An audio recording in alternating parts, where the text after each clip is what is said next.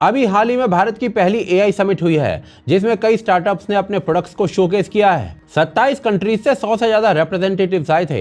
हर जगह एआई ही एआई की बात हो रही थी। एक से एक models, robotic demos, automation tools, voice agents, predictive systems. Surface पे देखे तो लगता है कि इंडिया एआई की रेस में एग्रेसिवली आगे बढ़ रहा है, पर अगर आप ध्यान से एक पैटर्न को नोटिस करो तो आपको एक इंटरेस्टिंग चीज दिखेगी। ये एआई स्टार्टअप्स इंडियन हैं, फाउंडर्स इंडियन हैं, टैलेंट इंडियन है, पर इनके हेड ऑफिसेस और इनके स्ट्रैटेजिक सेंटर्स ज्यादातर भारत से बाहर हैं। तो सवाल ऐसे में उठता है कि आखिर ऐसा क्यों है? आज धड़ल्ले से इंडियन एआई स्टार्टअप्स देश को छोड़कर जा रहे हैं, और ये कोई हवा में बात नहीं कर रहा हूं मैं। सिर्फ पिछले कुछ महीनों में 100 से ज्यादा Indian AI startups founders Bharat को छोड़कर यूएस में शिफ्ट हो चुके हैं। Smallest.ai, B21AI, गेट क्रूज जैसे कई नाम हैं जो भारतीय फाउंडर्स के हैं, लेकिन उनका बिजनेस मॉडल, फंडिंग, कस्टमर और ग्रोथ मेजॉरिटी यूएस में हो रहा है। एमरजेंट को ही ले लीजिए, उसे भारत का फास्टेस्ट ग्रोइंग एआई स्टार्टअप बोला गया था। सॉफ्ट बैंक से $70 मिलियन रेज भी किए थे।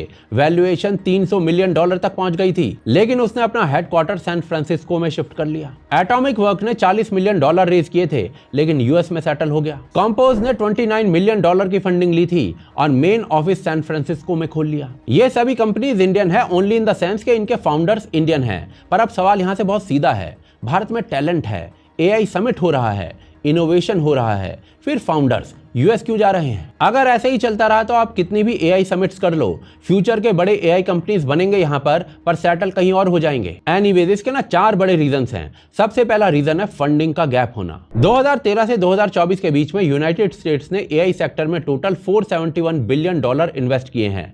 भारत ने इसी पीरियड में सिर्फ 12.3 यानी $12.3 बिलियन इन्वेस्ट किए हैं। मतलब ये डिफरेंस 39 टाइम्स का हो जाता है। और अगर 2025 का डेटा देखें तो ये गैप और भी बड़ा है। सिर्फ 2025 में यूएस एआई कंपनीज ने $121 बिलियन रेज किए हैं और इंडियन एआई स्टार्टअप ने सिर्फ $643 मिलियन। ये लगभग 188 टाइम्स का डिफरेंस है। और जब इतना ज्यादा पैसे का डिफरेंस हो तो नेचुरली इनोवेशन और स्केल भी यूएस में फास्ट होता है। दूसरा रीजन है कस्टमर का बिहेवियर। Smallest.ai के फाउंडर ने बताया कि उनका एआई वॉइस प्रोडक्ट भारत के लोगों को ₹4 पर मिनट पर महंगा लग रहा था, लेकिन जब वही प्रोडक्ट यूएस में लॉन्च हुआ तो कस्टमर्स ने $8 से ₹9 पर मिनट खुशी खुशी दे दिया। प्रोडक्ट सेम था, टेक्नोलॉजी सेम थी, लेकिन प्राइस डबल हो गया क्योंकि मार्केट तैयार था। भारत में कई एंटरप्राइज अभी भी एआई को एक्सपेरिमेंट की तरह देख रहे हैं, लेकिन यूएस में कंपनीज रेडी हैं खरीदने के लिए और स्केल करने के लिए। और अगर ऐसे में आपका मेन कस्टमर बेस यूएस में है तो नेचुरली आप वहीं शिफ्ट करोगे। तीसरा रीजन है इंफ्रास्ट्रक्चर। भारत ने अभी रिसेंटली 38,000 जीपीयूज डिप्लॉय किए हैं। ये एक अच्छी प्रोग्रेस है, लेकिन यूएस के पास लगभग ग्लोबल जीपीयू इंफ्रास्ट्रक्चर का 75% कंट्रोल है, और ये 75% कंट्रोल मिलियंस ऑफ जीपीयूज में कन्वर्ट हो जाता है। एआई मॉडल्स को ट्रेन करने के लिए हैवी कंप्यूटिंग पावर चाहिए होती है। ऊपर से भारत में एआई फंडिंग का 90% एप्लीकेशन बनाने में चला जाता है और सिर्फ 10% इंफ्रास्ट्रक्चर में जाता है। और ऐसे में अगर आप एआई इंफ्रास्ट्रक्चर स्टार्टअप हो तो भारत में फंडिंग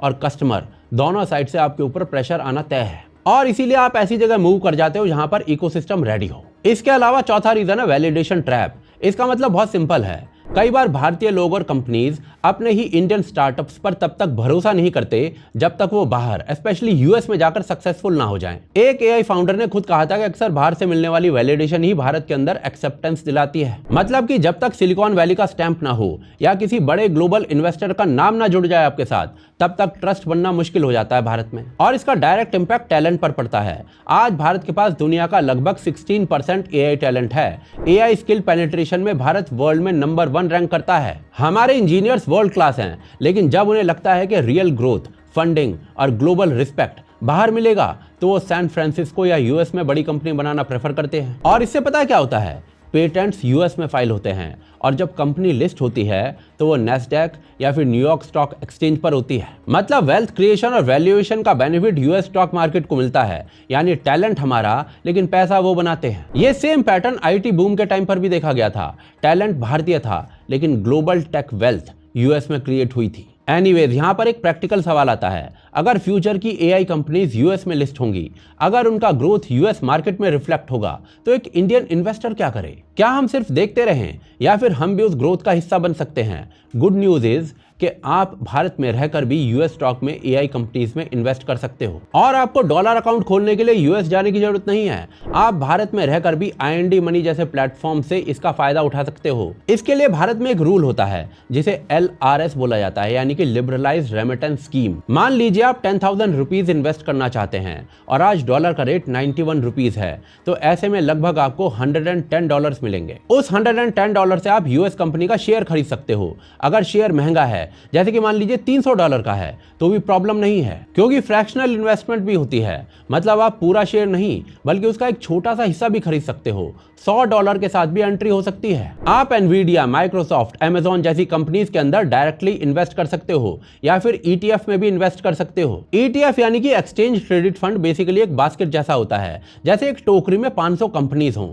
अगर आप VOO जैसी ETF खरीदते हो तो आप यूएस की टॉप 500 कंपनीज में एक साथ इन्वेस्ट कर देते हो। इसी तरीके से चाइना, जापान, यूरोप, ताइवान जैसी कंट्रीज के भी ETFs होते हैं। आप सब एनवीडिया को तो जानते ही हो, पर क्या आपको पता है कि एनवीडिया को पावर करती है एक ताइवान बेस्ड कंपनी जिसका नाम है TSMC। अब अगर आप इस कंपनी में इन्वेस्ट करना चाहते हैं तो अलग से ताइवान के अकाउंट और कंप्लायंसेस के झंझट से बेटर आप सीधे यूएस मार्केट में IND मनी के थ्रू TSMC का लिस्टेड ADR ले सकते हो, या फिर ताइवानीज ETFs जो कि यूएस में लिस्टेड हैं उनमें भी इन्वेस्ट कर सकते हो। मतलब आप भारत में बैठकर पूरी दुनिया में इन्वेस्ट कर सकते हो सिर्फ एक एप्लीकेशन के थ्रू। मैंने पर्सनली भी IND मनी का यूज किया है and trust me, it was game changing. Account opening online हुआ, KYC डिजिटली कंप्लीट हुआ, बैंक को लिंक किया तो INR US डॉलर में कन्वर्ट हो गया और मुझे क्लियरली दिख गया कि मुझे कितने डॉलर्स मिलेंगे। बस फिर क्या, फिर स्टॉक और ETFs को सर्च करो, ग्राफ देखो और खरीद लो। एक और फायदा यह है कि जब आप डॉलर में इन्वेस्ट करते हो और अगर फ्यूचर में डॉलर स्ट्रांग होता है रुपीस के अगेंस्ट,